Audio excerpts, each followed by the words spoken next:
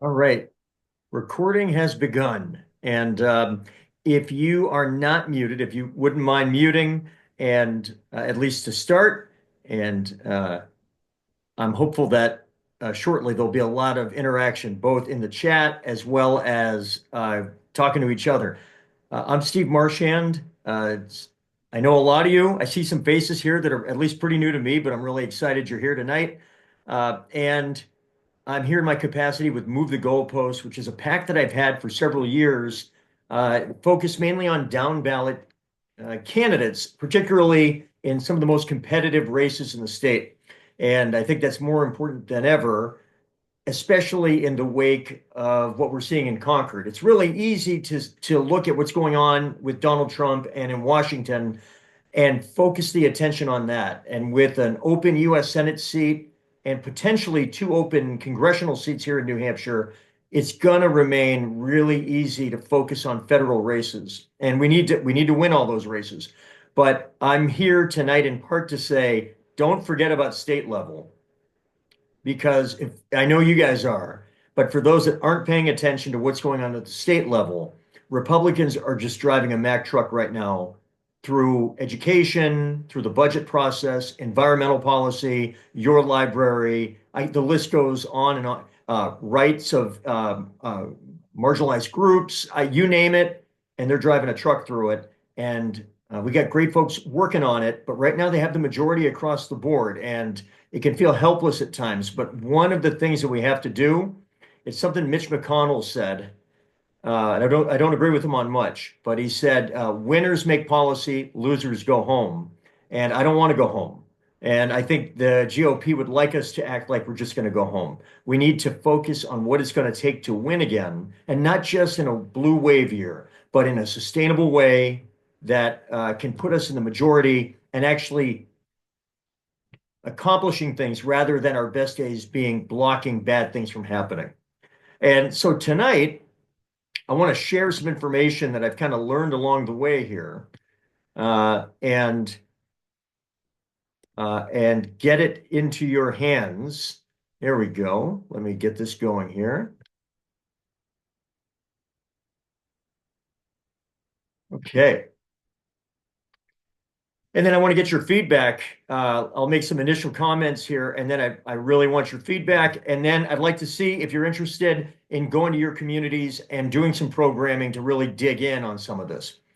So I've done about 25 events so far this year, and I want to really thank Katie Cutshall and the Hillsborough County Democratic Committee. This originally started as a much more targeted conversation about some of the towns in Hillsborough County where so much of the action is down ballot. But it's kind of evolved. And and over the last 3 months, I realized folks were less interested in seeing the minutia of the data, and were more interested in talking about what it's going to take to build a Democratic brand. So Katie and I agreed this might be a good evening to uh, roll some new ideas out and then get feedback on it. And I'm going to start with this. We're all talking about brand, but brand is actually the end of the road. It's values, then it's figuring out our audience, and then we can talk about our brand. And so I realized these are the three steps to rebuilding the Democratic brand in New Hampshire, and honestly, nationally as well.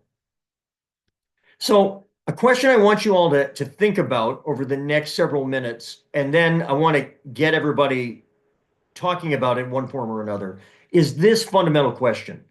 What do you think is the brand of New Hampshire Democrats right now? Chew on that for a second. When I have gone to events around the state and I ask that question, there is often silence for the first 5 to 10 seconds because people aren't sure what the brand is right now. They know what the Republican brand is, but they're not sure what our brand is. And then we end up having a conversation about that. But I realized, and we're going to go back to this in a few minutes, that actually I think brand is the third question. And so I want you to look, if you don't mind, look at this for a moment. And I want you to think about these questions. The first question, what are our principles? Think to yourself, why are you a Democrat? I mean, you could be doing so many things with your time. You could be volunteering. You could be spending time. Um, you could be working more. You could be at the SPCA. You could do anything, but you're a Democrat and you're invested. And what are the times that you have felt like within the realm of being a Democrat, a Democratic activist, that you feel like you've been personally making the greatest difference? That gratifying feeling where you're doing something that makes you feel really good because you're helping others. Think about those questions and then think, name an institution that is particularly important to you. And we're going to get to this in a few minutes. What outcomes do you believe that institution helps achieve that make it such an important institution? And then what are the values that you think make a community, a state, or a country great? Not in the MAGA great way, but great as in the kind of place that you're proud to be in, and to be a part of. And that's great. I see if you want, think about those questions and feel free in the chat to put some of these values. These are your values. These are your principles. Because we can't have a brand until we can agree upon some core principles that make us Democrats. The second question, which actually we're going to spend probably about 10 minutes on, is our target audience. Who is our target audience? In all the data work I did after the election last fall, I was surprised at some of the places where we clearly are losing voters that at one point we had and that we currently do not. And I'm going to argue there's two different buckets of people that are very different that we are struggling with right now, and that we as a state and as a country, as a national party, are going to have to make progress on if we're going to get where we want to go as a majority party. So look at that second one for a moment, that question two. One group is a national problem, low engagement voters who are less skeptical with one party or the other than they are about politics in general. Right now, that cohort, which is a large group of Americans, has evacuated to the Republican Party. And frankly, probably was the single biggest reason why we lost the presidential election last year. And then the second group is a uniquely New Hampshire problem, as I'll reveal in a moment. It's high engagement, high information voters who are voting for Democrats in the federal elections. They're voting for Chris Pappas. They voted for Maggie Goodlander. They voted for Kamala Harris. But they're voting Republican at shocking levels in certain communities, including a lot of these suburban towns in Hillsborough County over the last decade. And that is a major problem at the state level for New Hampshire Democrats. And then once we get through these questions, and we're not going to get through them all tonight, question three, the one that my events seem to start with, people want to talk about first, I realize that's actually going to be the result of figuring out who we are and who we need to connect with. When we do those two things, we will be in a position to focus on what our brand should be. So think about this over the course of the next hour or so. What is New Hampshire's Democratic brand right now? What is New Hampshire's GOP brand right now? What is the national Republican brand right now? And whether or not we think that they are living up to that brand, whether or not we agree or disagree with that brand, I probably disagree. What are the principles that voters see as underpinning that GOP brand? And this is going to be the part at the end that I really want to communicate. How do we communicate in language that is more emotionally resonant? I've been as guilty as anybody of thinking like a spreadsheet reader sometimes. And that if we could just show the logic and sit down with each voter and show them the data, that we could get them on our side. And besides the fact that we can't do that to every person, a lot of people don't absorb information and see the world in that manner. They see it with emotionally resonant language, and there's nothing wrong with that. That can be a wonderful way to take in information. We need to filter that through each of these two kinds of target audiences, these low engagement voters who are skeptical about politics itself, and these high engagement, high information voters in New Hampshire who are struggling to connect with us at the state level of politics. And I'm scrolling before we move on, and I see a lot of comments already, and this is great. And all this will be, it's recorded, but also I'll have a transcript of this as well, and this will be helpful when we're thinking about next steps. Very quickly, some of you who followed this stuff going back to last year, this may look familiar, but on election eve, the night before the election, that Monday night, I had a projection model that predicted based on the top of the ticket how many seats we would win in the state Senate and state House. And the polling ended up being off, and you'll see this in a moment. And that delta between what the polling thought we'd get and the votes that we actually got at the top of the ticket weren't just devastating to our chances of winning the majority, especially in the New Hampshire House. It ended up, there was a group of New Hampshireites that we lost, and we need to understand who those people were. They were not getting captured in the polling because they were not considered likely voters by the pollsters. So I had three models. If the polls had been wrong in a good way, where we actually did better than the polling suggested, and Harris won by almost 10, and Joyce had won the governorship outright, the model had us with 230 House seats, and we had a chance at a majority in the state Senate. But of course, it's not what happened.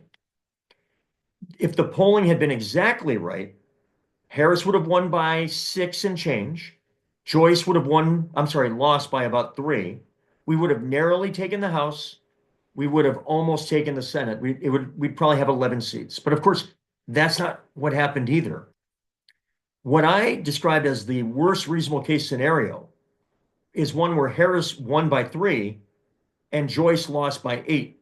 And in that one, the projection, the model had us with 186 House seats and 9 to 11 Senate seats. But here's the reality. This is what actually happened. We actually did a little worse than the 20th percentile. Harris got 51.4 instead of 51.5. Joyce got 45.3 instead of 46. And the model would have had us at about 175 House seats and between 8 and 10 Senate seats. And unfortunately, that's very similar to what happened. We ended up with 178 House seats and 8 Senate seats. So one question is, who are these people? Who are the people that were not identified or that we thought that said they were going to vote Democratic?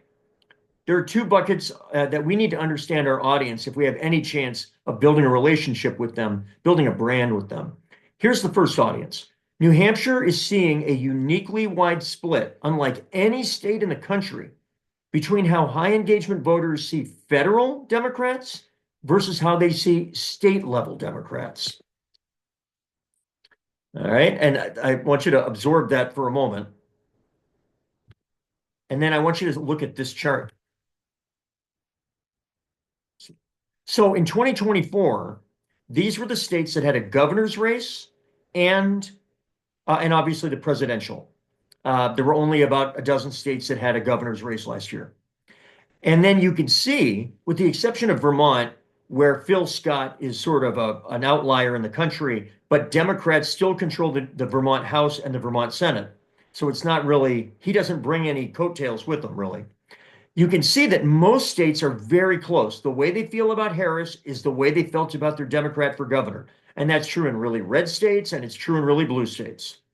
The outlier where Democrats at the state level suffered the most relative to Kamala Harris was New Hampshire, and it wasn't particularly close. We were 6.1 points down for governor compared to president in New Hampshire, and that is very unusual in this country.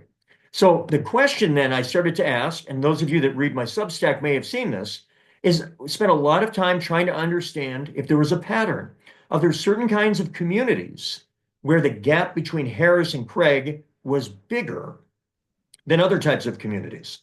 I spent a lot of time, I did a regression analysis, and it turned out this is the chart that had the most direct relationship. Basically, left to right is the gap between Harris and Craig. The further to the right you go, the bigger the gap was. And when you go up, that's median household income for the town. So the upper right corner of this chart are towns that had big gaps and high income. And if you look at it, almost all the ones like that, look at them. Bedford, Windham, Brentwood, Amherst, a lot on the coastal suburbs, Hollis, Rye, you see Greenland.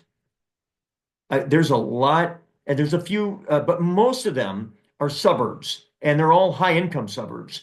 There's a few towns like this that had big gaps. And the reason why their income level is a little lower is mainly because of the seasonal nature of their communities. That Lincoln is another one that drives it down. But if you look at this, it was clear. The pattern became very clear. High income, high information, high educational attainment towns generally were the ones that had by far the biggest gaps, and frankly, among the biggest gaps in the country among communities between how they voted for president and how they voted for governor.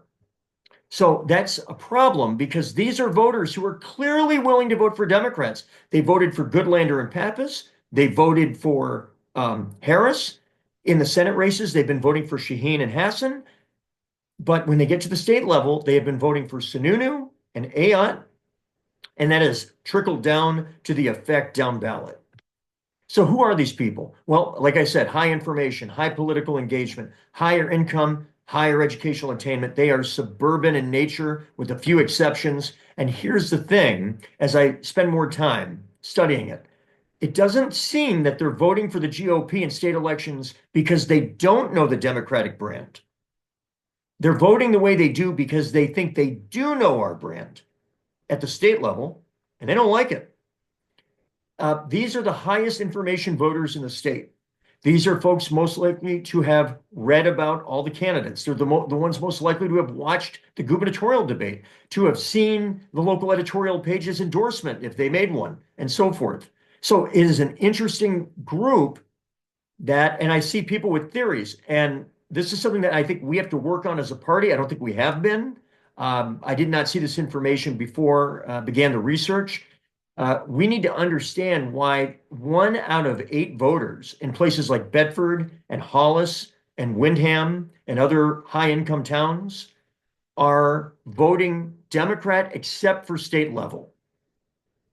And now here's a second group.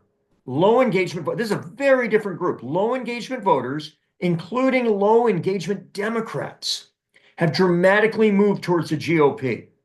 So these are folks, some of you have been at past presentations. A few of these slides will look familiar, but I think they're important to show that this is not a super new phenomenon. Back in May of 24, I started presenting this in June of last year, before Biden's debate problems. Other polls showed the same thing. The more you voted in primaries, in midterms, the more often you voted, the more likely you were as a high engagement voter to support Joe Biden. You can see the most engaged voters, Biden by 5. The ones that are pretty engaged, but not quite as much, Biden by 1. Those that voted in the last presidential, but they don't vote in midterms, they don't vote in state primaries. Trump was already up by 2. Again, this is May of last year. And then those that had not voted in the last presidential race, but indicated to the pollster that they might get in the game this time, were already up for Trump by 14 points weeks before the debate debacle. They asked these same voters in this period of time, how do you feel about the economy? Please note, these are Democratic leaning voters. These are not Republicans. The folks that vote all the time, and I'm guessing most of you that are on this call tonight, on this Zoom tonight, said, you know what, economy's doing pretty well, 2 out of 3. And then as soon as you went down, even to people that are pretty engaged, but they don't vote in all the primaries, they vote in midterms, 2 out of 3 said economy not doing well. And then you can see as you go down, the floor falls out and you get to people that are low engagement voters, and there 5 out of 6 were saying, the economy is not doing well. And obviously the way they feel about that goes a long, long way to how they were going to vote. Now look at this. And we begin to learn more here. Same groups of voters. Number 1 issue to you. Percentage of people that said their number 1 issue was abortion or democracy. Highest engaged, 42%. Pretty engaged, 27%. And then the bottom half, the people that only vote in presidential or don't always vote in presidential, look at those numbers. 1 out of 7 voters said either abortion or democracy was the number one issue. Those folks said the economy, the cost of living, immigration, overwhelmingly. They said those were the top issues. There's a woman that I'm hoping to bring to New Hampshire this year, very wise, and she wrote a book about 3, 4 years ago. Her name's Yana Krupnikov, and she's a professor at the University of Michigan. If you Google her, you'll find her on podcasts and YouTube shows and so forth. I think she certainly has built some additional recognition with this book called The Other Divide, which I would recommend to all of you. If you look at what she writes in it, this is again a few years ago. This is before inflation really took off. She saw that there was a sizable divide on issue importance questions. This is not the same as asking somebody, are you pro-choice? Are you pro-life? They were saying, listen, I may be pro-choice. It's just not that high a priority for me right now. And so people were still mapping as partisan along the same line. A low engagement Democrat is just as pro-choice as a high engagement Democrat. What's different is what they find really important. What is different is what they think are the things that politics and the government should be focusing on and addressing. So she says, where we see involvement mattering is not in how you line up, but in what you think is important. She found that Democrats that were highly engaged did not think inflation was that big a deal, whereas uninvolved Democrats put it right at the top, which is consistent with the poll I showed you a moment ago. And then here's the kicker. They found there was less division in their top issues, the priority of issues, between an uninvolved Democrat and a Republican than between an uninvolved Democrat and a highly involved Democrat. Think about that. She shows a chart, I don't have it here tonight, that shows low engagement Republicans said, I care about cost of living and immigration. And then they said, what high engagement Republican? Cost of living, immigration. And then they asked low engagement Democrats, and they said cost of living, immigration. And then finally, they went to high engagement Democrats, people like you and me. Obviously, you're on this call this evening. And they said, oh, top issues, abortion, LGBTQ, climate change, democracy, Trump's a bad guy. And so it turned out between 25 and 30% of the country, of which many of us would probably find ourselves, we're seeing the world and our priorities in a radically different way from the way that everybody else has been seeing it. And for low engagement Democrats, they saw that and they saw Donald Trump and the Republican brand as better aligned, even though they disagreed with the Republicans on a lot of these issues. Again, low engagement Democrats believe in climate change. They're pro-choice. They believe in dignity and equality for the LGBTQ community and race relations. They believe democracy is worth fighting for. But right now, they're just so worried about the economy, the cost of living, immigration, and a few other issues. It just doesn't get there. And so they are voting with their priorities. Late in the election, a few months before the election, this is after Harris jumped in, another high quality poll. And it said, okay, hardcore Trump people, hardcore Harris people, and people that either were undecided or said they might move from their choice. If you can see the screen, look at the priorities. The swing voters overwhelmingly said inflation, jobs, immigration, and healthcare. If you look at Trump voters, they said inflation, jobs, immigration. If you look at Harris loyalists, number one issue, climate. Second, healthcare and abortion. Then inflation. Then civil rights. Then jobs. Immigration was way at the bottom. Taxes way at the bottom. I mean, you could see that the swing voters' priorities align much more closely, generally, with Trump than with Harris. And down the stretch, while we were spending time with, say, Liz Cheney campaigning, trying to get the high engagement kind of swing Republican, Trump was doing podcasts with Joe Rogan and Theo Vaughn and others that were aiming at this lower engagement voter that is disproportionately male, not quite as high educational attainment, and so forth. They saw this in a way that we did not see this. I see a question here about age, and it turns out this largely connects. There's a slide I don't have tonight in this presentation that younger voters were very similar in this regard. Now, there's some split in gender. Young men, for example, were even more likely to say inflation, jobs, and immigration than say abortion. And young women were more likely to say abortion, although it was behind inflation, jobs, economic. I'll tell you, in the Harvard Institute of Politics, they do an annual poll of Gen Z. Gen Z, two of the last three items on young people's list for priorities, this was last spring of 2024, were student debt and the Israel-Palestinian conflict. Those were the two of the last three items. And so one of the things, and there's plenty of other research on this, is obviously individuals can be different, but taken as a group, most Americans, including younger Americans, including low engagement Democrats, right now are so dominantly concerned, and I understand why, for cost of living, housing, groceries, transportation costs, healthcare costs, and immigration, which they see as an economic issue as well, both from housing demand to jobs and keeping down wages. That is how people are seeing immigration. And so let's go to this January. This is since Trump was sworn in.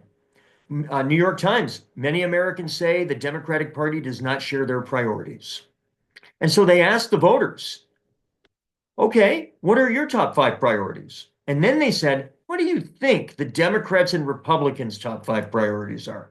Whether or not it's true, what they thought it was. And that's important. So look what they said. The voters themselves said economy, healthcare, immigration, taxes, crime. What do you think Democrats care about? And I bet if I ask many of you to write down on a sheet of paper what your top 5 issues are, I suspect a number of you would write many of those 5.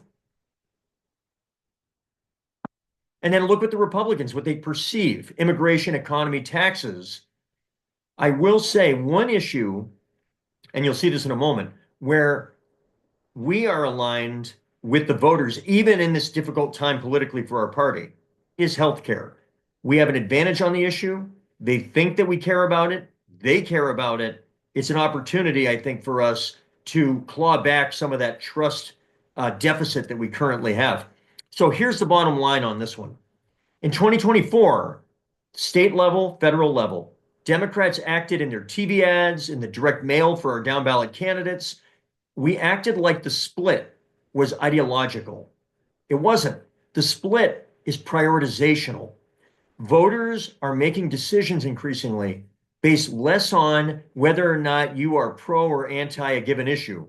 And they're doing it more based on the swing voters we need, increasingly are doing it based on, is what you care the most about aligned with what I care the most about?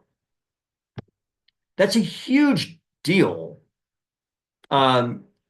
because obviously it fundamentally changes who we're campaigning towards, how we communicate, what issues we talk about.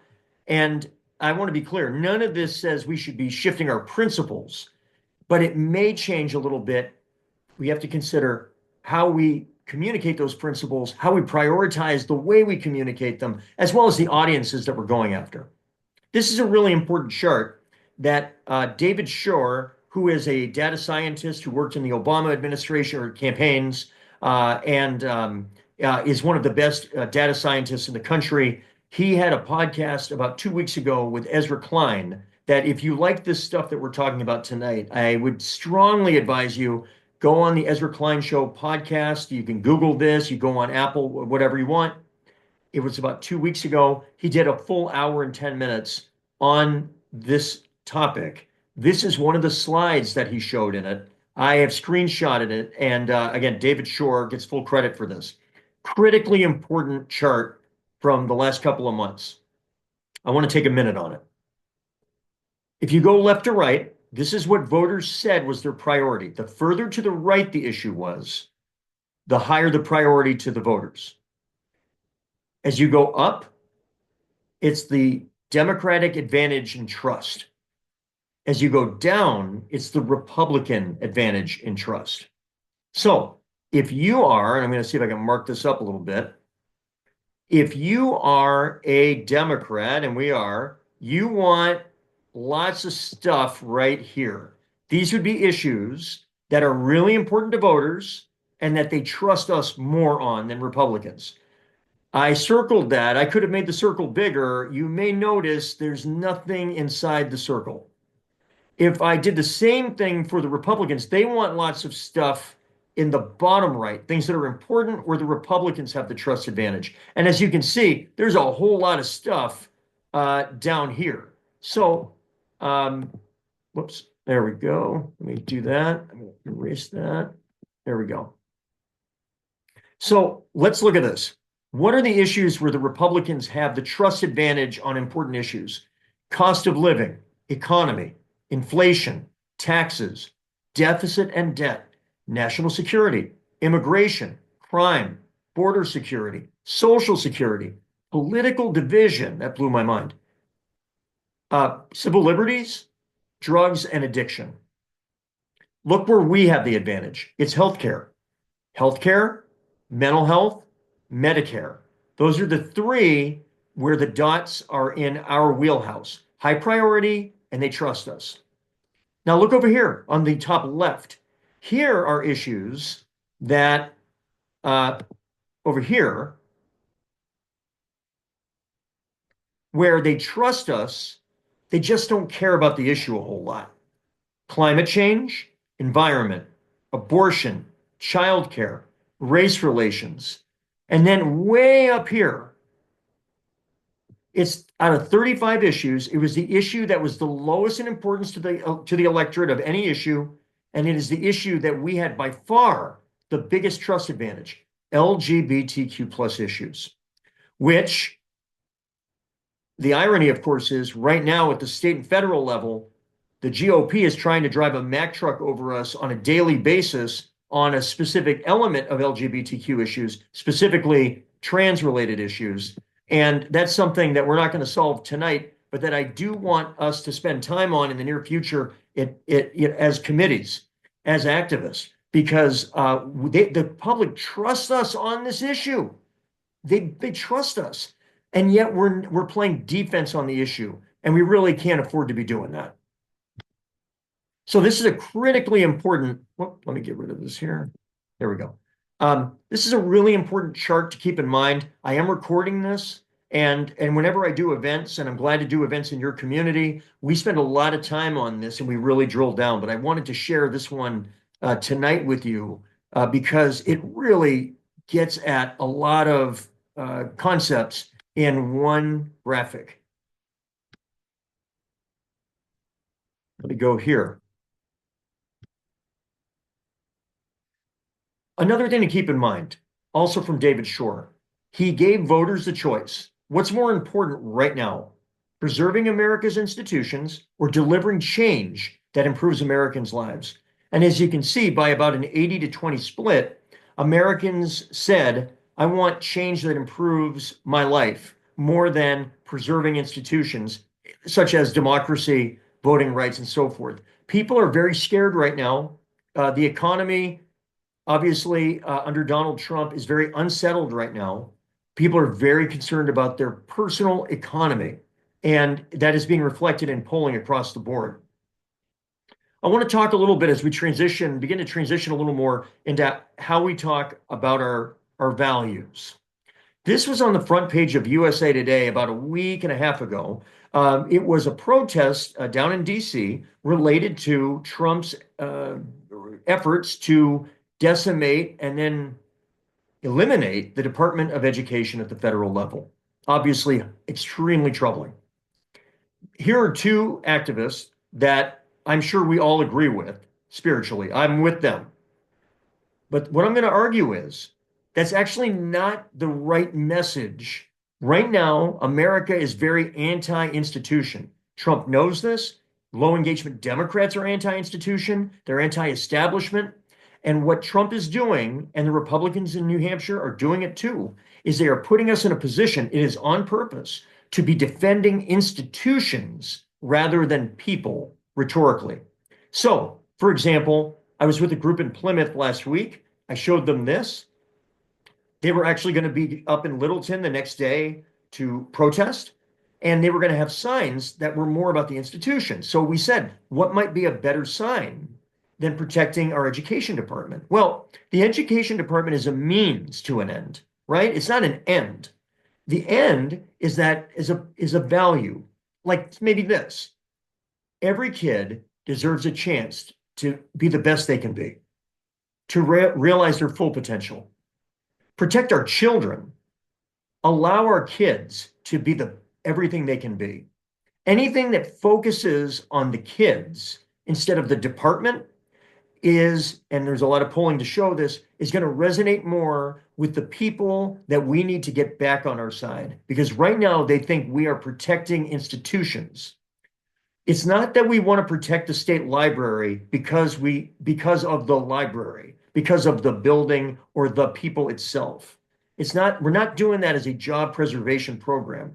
We believe that we need to preserve the state library because of the things it does to improve our local communities, especially local communities that could never afford some of the assets and resources that the state library allows for in New Hampshire. We need to talk about it in terms of the people that are affected, the goals, the outcomes, rather than the institutions, because the Republicans right now are begging us to play that game. They want us to look like we're protecting institutions.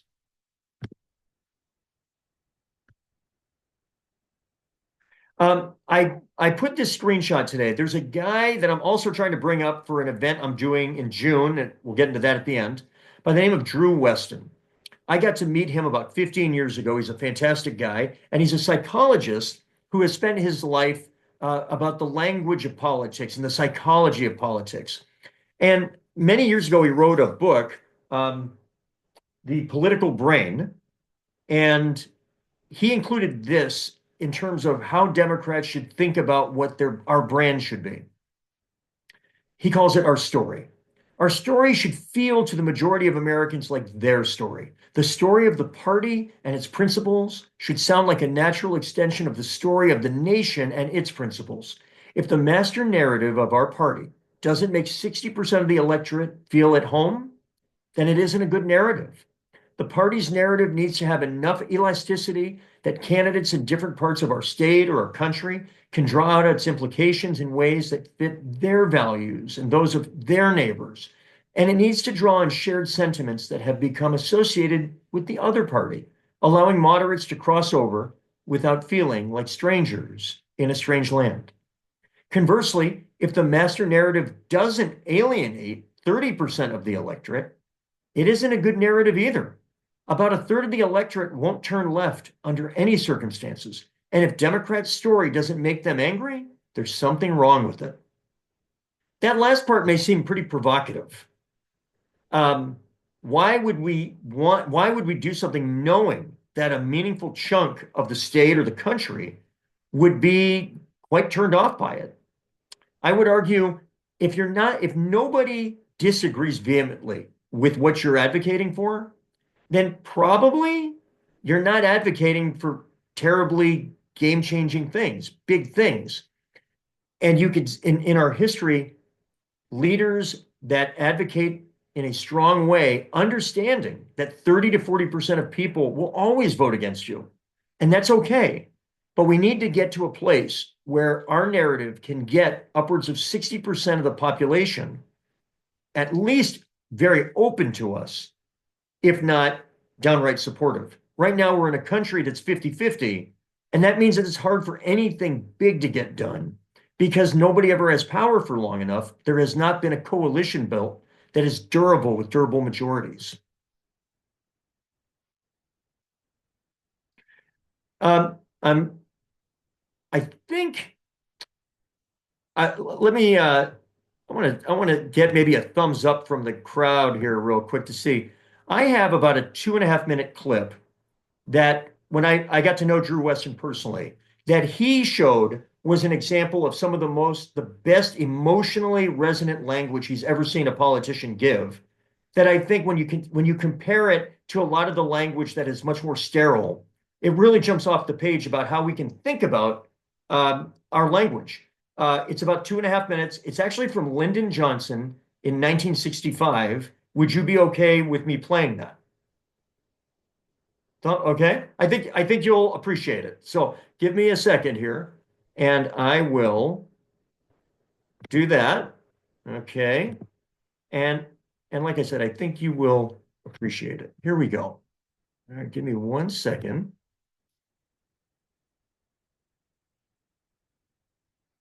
Let me cue it up to the right moment. This is a place where he's trying to get Congress to improve the Voting Rights Act, and he is talking about an experience that personalized even to the most hardened-hearted politician about why this mattered. So let me take it right here. The gates to opportunity. We're also going to give all our people, black and white, the help that they need to walk through those gates.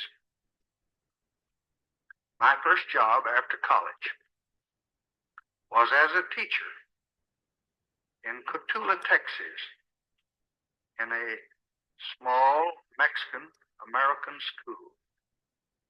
Few of them could speak English, and I couldn't speak much Spanish. My students were poor, and they often came to class without breakfast, hungry. And they knew, even in their youth, the pain of prejudice. They never seemed to know why people disliked them, but they knew it was so, because I saw it in their eyes. I often walked home late in the afternoon after the classes were finished, wishing there was more that I could do. But all I knew was to teach them the little that I knew, hoping that it might help them against the hardships that lay ahead. And somehow you never forget what poverty and hatred can do when you see its scars on the hopeful face of a young child. I never thought then, in 1928, that I would be standing here in 1965. It never even occurred to me in my fondest dreams that I might have the chance to help the sons and daughters of those students and to help people like them all over this country. But now I do have that chance. And I'll let you in on a secret. I mean to use it.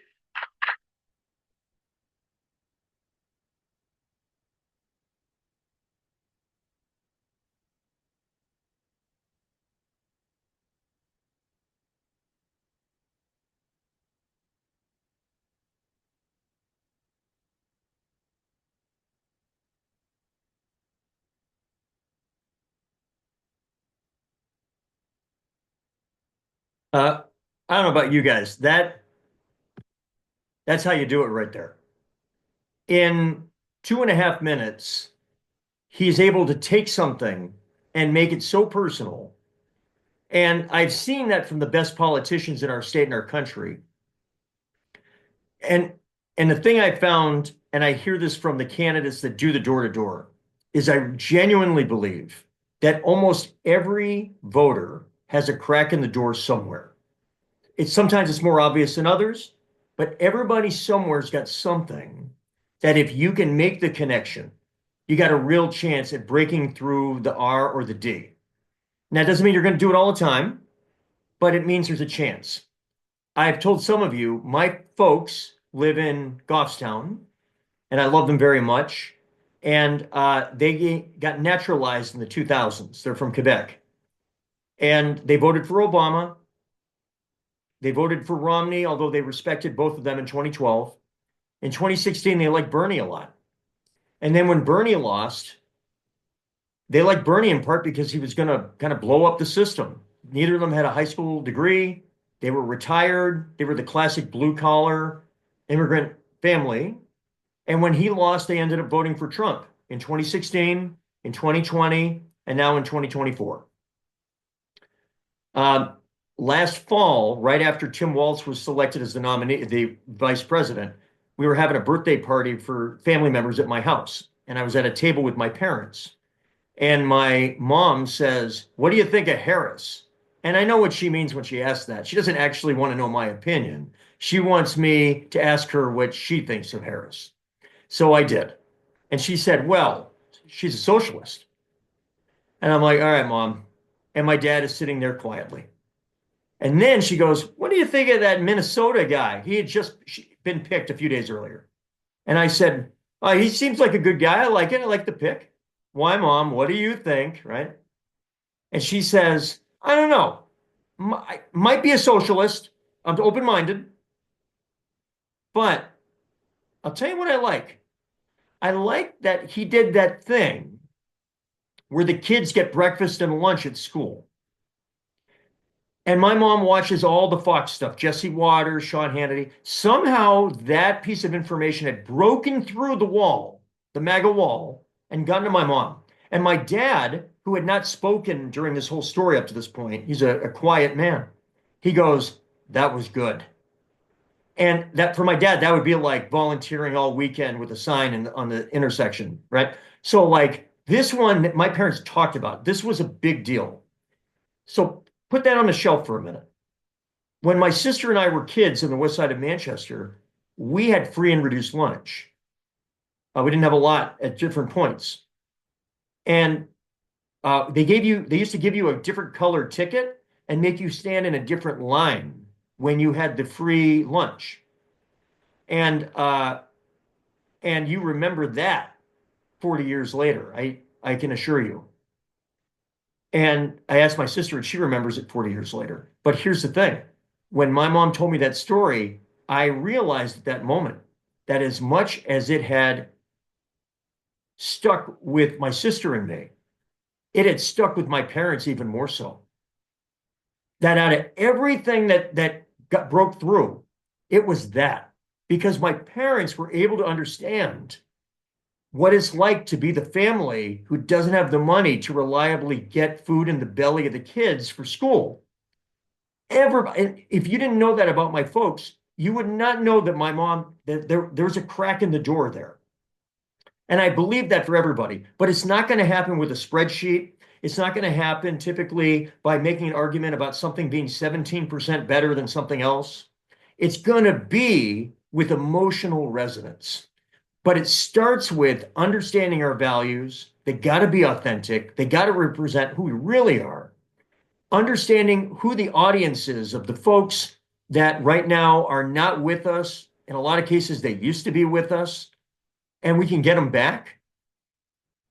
And that's why I bring it back to this chart for a moment. And it's the kind of thing that I hope in the days and weeks and even months to come that we can spend time thinking about as Democrats. You could see it's much easier to figure out our target audience. There's a lot of data for that. The challenge there is that there are two different kinds of audiences. So we're going to have to think about how we communicate differently to each of those two kinds of audiences. But what I want you to think about, less than your brand, is I want you to think more about what our principles should be, which is obviously you can't get that. You can't get the brand unless you get the principles down. I want to get into some discussion. I do want to highlight this. Please save the date. I will have details in the next couple of days about location. It looks like it will be in the Manchester area. I'll just put that out. And I'm spending a lot of time working on a first annual Democratic Strategic Summit that'll have breakout sessions. We'll have a plenary session. I'm looking at national level speakers and we're working at it. I feel good about it. And it's going to be Saturday, June 14th, 9 to 3. And as soon as I have more details that I can give you with 100%. I want to wait till I know it's all knocked down. You will all get it, and I hope many of you will consider attending. I think you'll find we're going to use a lot of this time between now and then to dig in further on this and think more about what our principles are, because I want us to be able to develop a brand that across your communities, across the state, across our party, we're able to communicate. One other thing, shameless plug, many of you have been very kind and have subscribed to my Substack, where a lot of my writing now goes. You can go to stevemarchand.com for that. It's free, base subscription's free. I have a paid subscription, which you're not required to do. Some of you have done it. Obviously, it makes it easier for me to spend quality time on it. There are additional benefits that'll be rolled out soon, including free admission to some of the events including the strategic summit. And certainly I can answer any questions about that as well. But I think if you're here tonight, you'll probably enjoy a lot of the material that I put on Substack several times a week. And then before I forget, if you want either your town, a collection of towns in a house district, your county, whatever it is, if you'd like to do something to go through the principles process in your area, it's much better to do it in person. I've begun doing that increasingly at the events that I do. You can go to movethegoalpostnh.com. You can email me if you want to schedule something. I'm glad to do it. You'll also see upcoming events. So if there's something in your area, please feel free to come to those. Obviously, they're all free. They're all open to the public. I'm finding them to be I think, very fulfilling. I think people are getting a lot of value out of it. I hope they are. But those are some shameless plugs there. So stevemarchand.com for the Substack and Move the Goalpost NH for if you want to get a hold of me and set up events, specifically, especially to talk about how we can think about our principles, talk about the target audience in your community. And that's how eventually we can build a brand. Because I'm not sure that we're ready yet to build a brand. So that's some of the information I've got for this evening. I have other stuff I can show depending on Q&A, but I'm glad to take questions. If anybody would like, you can raise your hand and I'll try to find you here. Or if you got something in the chat you'd like to do as well, and let's try to have a conversation over Zoom with the balance of our time. Yes, Mike Rollo. Sorry, trying to get off of. Oh, There you all right. go. I don't actually have a question, Steve. I just want to say thank you. It's so wonderful that someone is actually willing to have this conversation. It's not necessarily a comfortable conversation at times to have, but it's wonderful that it's being done. And I just want to say thank you. Well, that's really kind. I And you've appreciate given us that. a lot of great information tonight. So thank you, Steve. Good. All right. Thanks. Yeah. Dave Bodman, I see your hands up.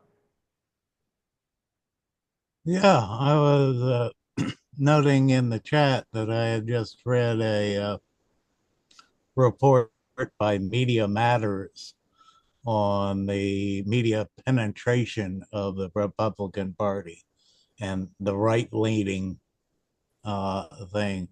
And they had a chart. I was trying to see if I could find it because I did take a copy of it.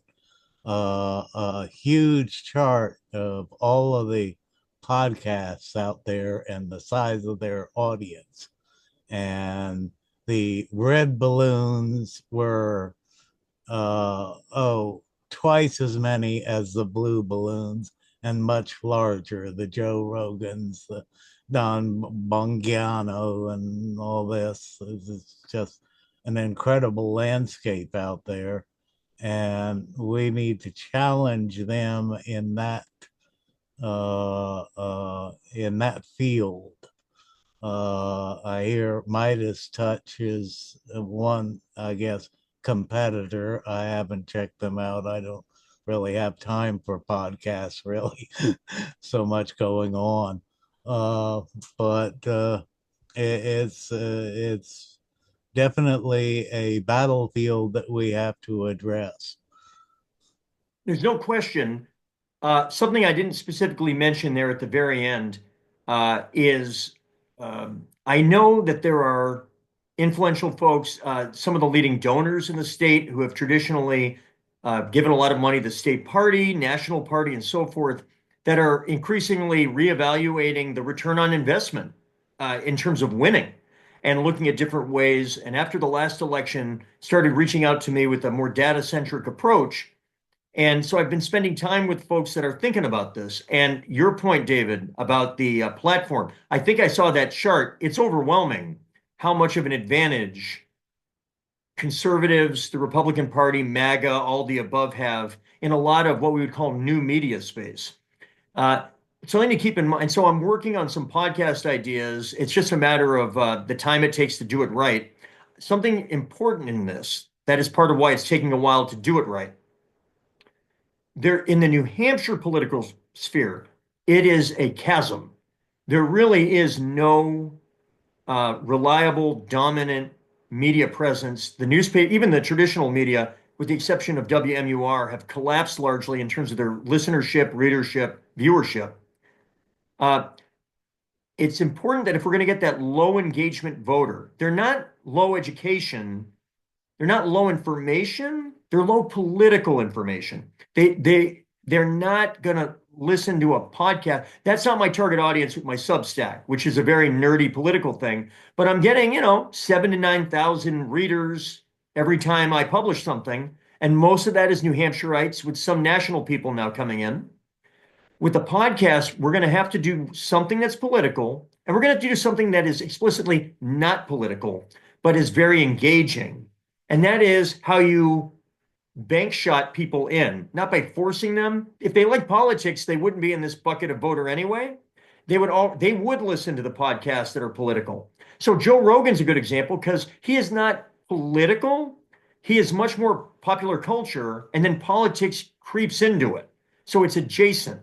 And I think that's what we have to think about. Political media as well as adjacent media. And the Republicans have figured this out in a much better way right now than we have.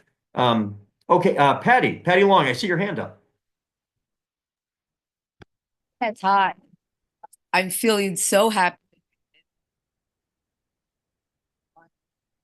Oh, I don't know if you're muted. Am I unmuted? I can faintly hear you.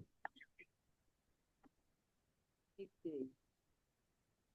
Can you hear me now? Is That's a little better. that better? Oh, that's a lot better. Okay.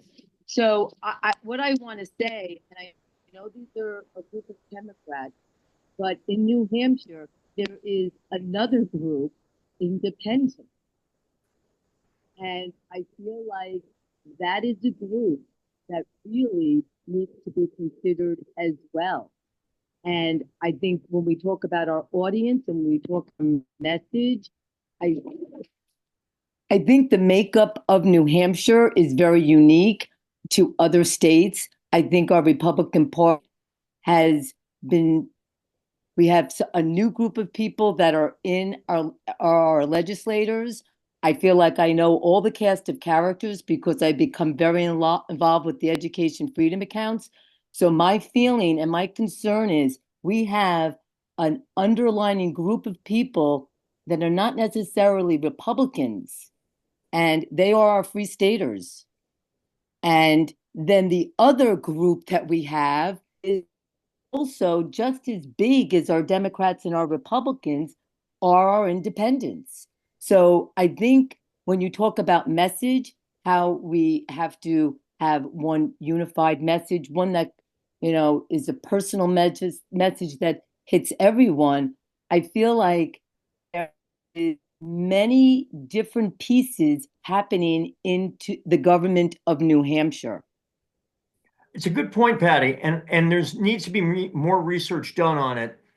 I strongly suspect, in terms of voter registration, that a big chunk of the low engagement voter, who tends to be a little younger, a little more male, and a little lower median educational attainment, and the voters in places like Bedford and Hollis and Rye and Northampton, who are registered undeclared, at very high rates. Some of these towns have some of the highest percentages in the state of independent, or what we call undeclared voter registration. Most voters are actually more of a Democrat or Republican in terms of their pattern, but their registration, at least in New Hampshire, plurality undeclared. So I suspect that a lot of these voters who are basically in 2024, they were Harris Ayotte voters, are probably disproportionately undeclared in their registration. And once upon a time, these are folks that voted for John Lynch with 75% of the vote statewide.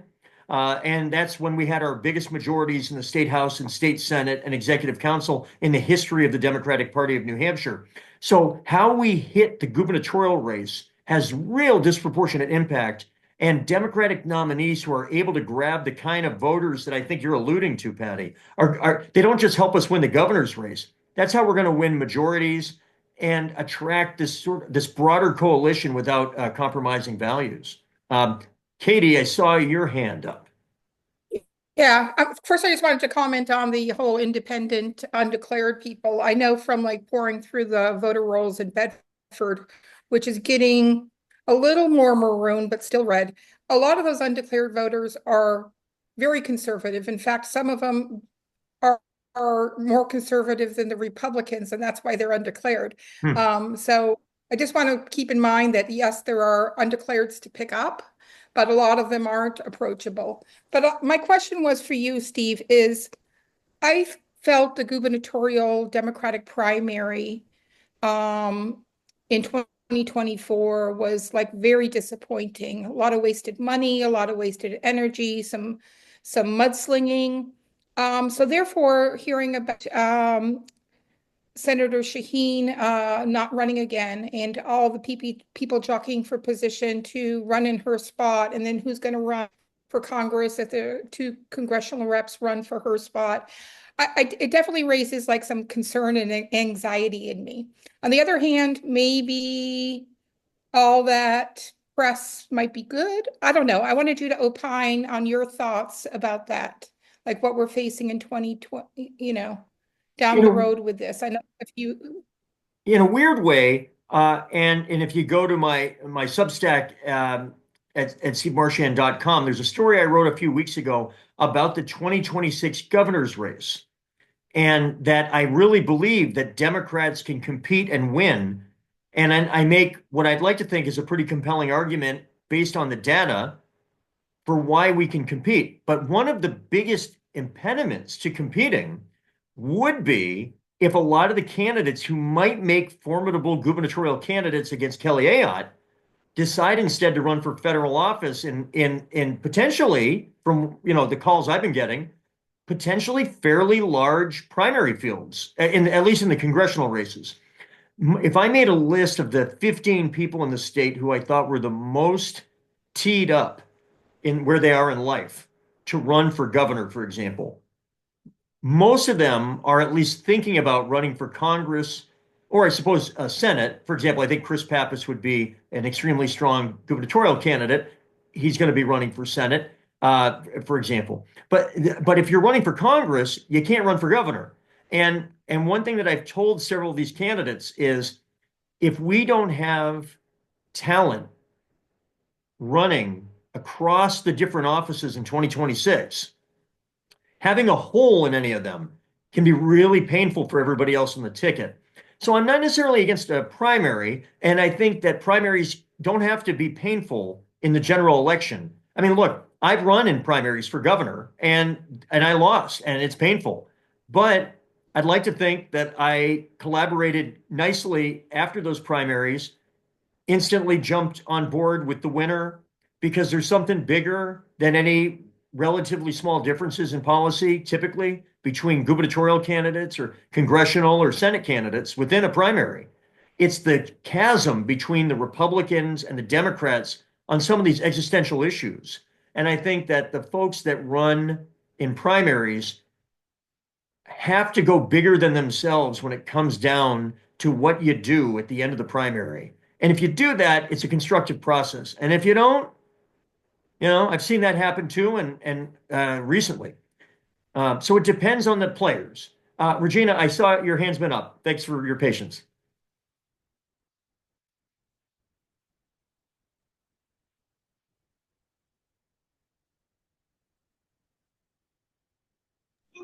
Sorry about that. I There we lost my go. microphone. I was just picking up on the free staters, and they come into the town. They get their job. They get a job in town. They volunteer for all of the tuitions, and and once we have the one family come in, and everyone's like, "Oh, they're a free stater," and then another family comes in, and then the third family comes in, and they're like, "Aren't they such a nice family?" And it's like, "Oh, don't you recognize them?" And the method is the same, it's identical, but they're such nice neighbors and they're so good and they're so nice. It's like, but have you talked to them about their politics? And the only reason I knew about Lisa's politics is because we were in the book club, and after 2 beers, she started telling me about how we couldn't teach history. And all I could say was, what? Learning how to talk, learning how to get our point across, learning not to go, "Are you insane?" That's the primary. And then also reaching these people. We went knocking on doors. And as my husband said, it wasn't nearly as bad doing it. It was thinking about it was worse than doing it. But, you only get 5% of the people that actually come to the door. And you don't actually get to talk to them. It's a good point. I think one of the conversations I'm hearing people, including pretty sophisticated national level operatives, is whether or not the way that we, speaking for Democrats, the way that we are going about door knocking is the optimal way to do it. Are we going after the right audience? Is this the best allocation of one of the most valuable resources? Time. Something I always tell folks about campaigns, when I've run campaigns, I've managed campaigns, I've run for office. I've never lost a volunteer by overworking them. You can lose a volunteer typically two ways. Underworking them, where they say, "Hey, I'm available every Thursday," and then you just never get a hold of them. And after a while, they're civic, they're going to find something else to do with their time. And then the second one is if they feel like their time is being malused, if it's being inefficient and poorly used, because folks that are civic, they want to make a difference. And if they feel like they're not making a difference because of let's say, the poor execution, the poor use of their time, that's another way that I find that you lose folks. So I like that smart people are asking questions like, is this the best use of this incredibly valuable resource, our time? And one of the things that I beg the New Hampshire Democratic Party, and I'm begging the national Democrats to do, be intellectually curious. There are things I showed you tonight that 6 months ago, if I had made a hypothesis, I would have had a different idea than what the data have led me to over the last 6 months. So I used to audit cities for a living, and you need to have a humility that is you start with a hypothesis, you test it, you study it, and you might be wrong, and that's okay. And you might have been right, and then the circumstances are changing. Technology is changing. If the swing voter is increasingly becoming a low engagement voter who is not terribly into politics and is figuring out whether or not they're going to vote or not, that's a different kind of targeting than going after high engagement voters who are trying to figure out whose 7-point plan is the best one, right? That's a completely different kind of voter. And so sometimes it used to be right, but the game has changed. And so we have to think about that too. I see a lot of hands. I apologize. I'll give quicker or responses if any response. Simone, I appreciate your patience. Hi, I am interested in knowing who the Democratic nominee for governor will be as soon as possible. That's a great question, and I have no idea. I spend as much time as anybody in the state on this particular issue, and I show them my data. I've run governor's races and I've run for governor, so I feel like I'm here for you, right? And right now, I am actively communicating with people thinking of running for federal office, asking them to at least consider maybe sliding that ambition and willingness to serve over to the gubernatorial level, because I'm telling you, and I would really urge you to look at my piece on this. Um, I really believe that we can win that governor's seat in 2026. And I'm not in the business of telling you stuff to make you feel good, right? I'm like, if I didn't Yeah. do that, I wouldn't say that. I really believe that. And I think it's going to be really important that whoever runs does not feel like they're being treated like a sacrificial lamb right out of the chute. There's that. Right. And that if they run a really good campaign, if they get in early, if they do the work, that the infrastructure of activists will be willing to support somebody who's, working hard, doing it the right way. Because part of what's making it hard for us to have a brand or to coalesce is the lack of a state level leader who has a title or is seeking a title that would be a natural magnet for bringing people together to have that kind of conversation. We just don't have anybody right now. And those of us that are not in office or running, like myself, there's a ceiling to what we can do, right? I can help do this stuff, but at a certain point, if you're not the one running, it's just to hit a ceiling. So if anybody here who has somebody in mind, don't assume that everybody else already thought of that person, and don't assume anybody's a terrible idea. Is Maura Sullivan going to run? It seems that she will be running for Congress. It seems that way, Okay. presuming Pappas runs for Senate. That certainly seems to be where that train is going. Okay. Yeah, no, good question. So my follow-up on this is just quickly. I did some advocacy work in 2021, and I started a group called New Hampshire Educators for Safe Schools. And I tried to get activists to support me, and many people supported me. I have a Facebook group of 200 educators that have been vetted, but I'm the only one that is running this group. So if you want a message to 200 educators throughout New Hampshire, I have access. I am that group. So I am very grateful to you, because I've been asking who is the leader of the Democratic Party for the last 4 years, and I could never get an answer. So I need a name, I need a voice, I need a positive message, I need a uniter, and then I think I can message it to get educators. I was in the classroom for 15 years. I'm out of the classroom. I'm starting an education consultancy. I have an office in Exeter. So I'm all in on this as long as I can feed my family through my consultancy. Simone, you have tons of grassroots people on here, people who either volunteer or local leaders. If you could share your contact information, if Yeah, you've got a will. Facebook page link or group that you could share, Yeah, please we're do. more than Yes. happy to amplify and help with that. All right. Excellent. Thank you. Thank you. And reach out to me through the Move the Goalpost NH. You can shoot me an email, and we'll talk offline as I will. well, because you're singing from the right hymnal, I think. Thank you again, Simone. Plus, we know that educators make great state rep candidates too, so it'd be great to cross-populate efforts. Yeah, That's right. And educators do, but it's very difficult in my age bracket to get an educator to work for free. We went to school for a very long time. Exactly. So, and we have families, and it's very difficult to get those people to engage. I've tried to. I had some contact with NEA New Hampshire, the largest teachers union, and the president of that said to me, "You are not like the average teacher, because they want to go home and be with their families and go to sleep." So that's kind of where I'm coming from in this sort of unity message, is we need our state leader to unite us, like a Lynch or a Hassan or a Shaheen or a Carter. Those are the people that united our state. And we have so many independents who will swing both ways.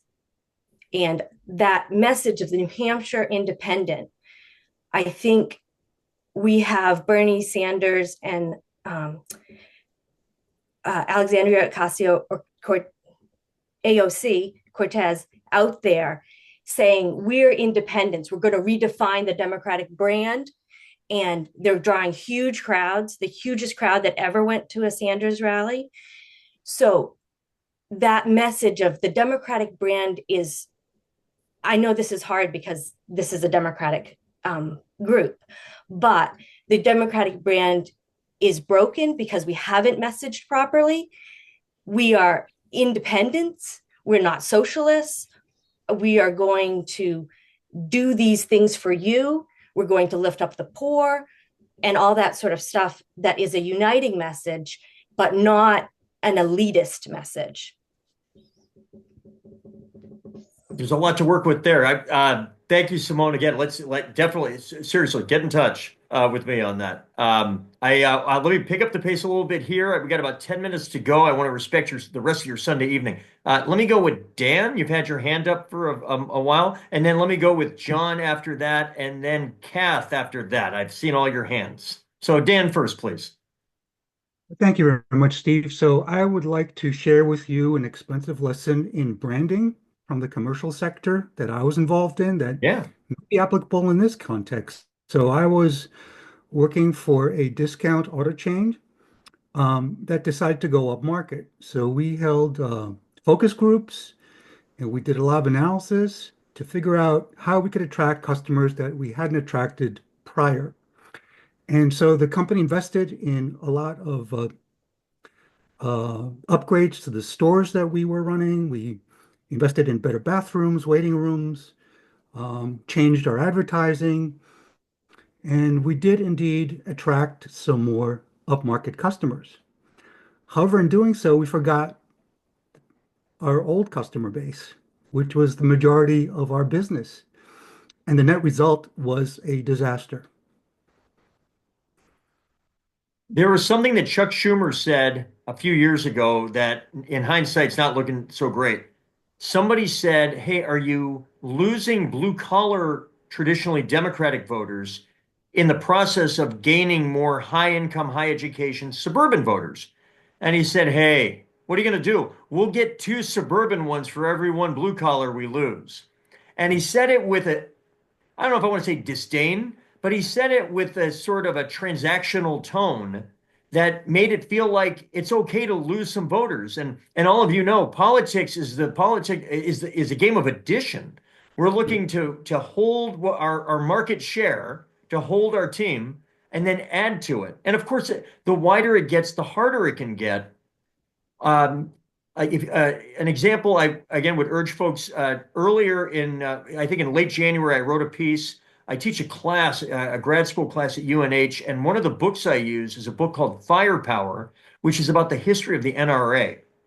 And it's a great example of what is called ideational power, which is when you're able to combine identity and ideology in a way that is multiplier force. And one of the benefits of that the Republicans have done so well in the last 60 years is that there are people that the NRA, they're all about the NRA. Guns, that's their issue. They don't really care about abortion. They don't really care about cryptocurrency. They're not MAHA, make America healthy again. But they're fine. As long as the Republican Party is the unquestioned party for NRA members, they will move or disregard their other positions in order to be part of the Republican Party.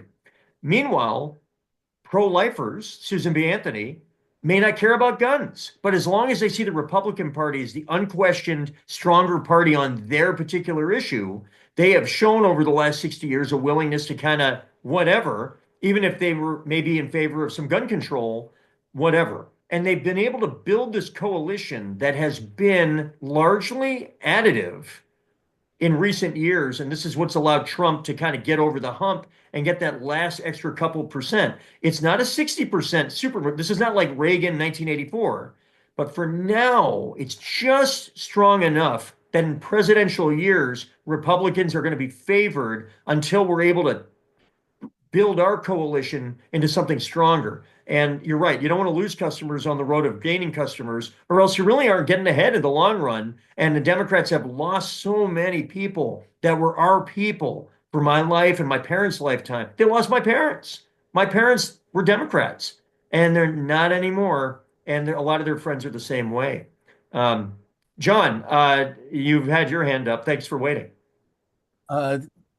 This has been very interesting and much more stimulating even than reading your stuff. So and that's nothing against your writing. What I'm about to say may be a little bit off to the side and definitely more negative, and that is that about 39 or so percent of state revenue in this state comes from the federal government. And you don't have to be paying close attention to know that's about to plummet. In fact, it probably already has. And I think that starting now, especially for anyone who's interested in running for governor, that is something that can be pinned on the current legislative leadership and the current governor. So just file that away. I think 2026 is going to be a very good year for Democrats in New Hampshire, if only because of the environmental factors that you're kind of alluding to. But it would help a lot to have a gubernatorial candidate, and then soon enough we'll have clearly a lot of federal candidates who will be able to build a message together. What would help a lot, and I've heard a lot of town chairs and town committees say this, that they feel like everybody's on their own trying to figure out their own brand, their own principles, their own message, almost the way that when I drive in Quebec, where my folks are from, there'll be a French-speaking town, and then you'll go to like Saint Isidore, and then you'll go to the next town, and it'll be a primarily English-speaking town, and then you go to the next town, and it's French again, almost like it's 400 years ago or something. And it feels like that sometimes when I travel to different town Democratic committees, where they're all spiritually on the same page. But as they're all trying to figure out in the absence of this messaging, they're trying to figure it out for themselves. And you end up feeling like it's different languages as you travel from town to town. And obviously that's not sustainable. And that's something we got to be mindful of. Kath Allen, thank you for waiting. I saw your hand up a moment ago.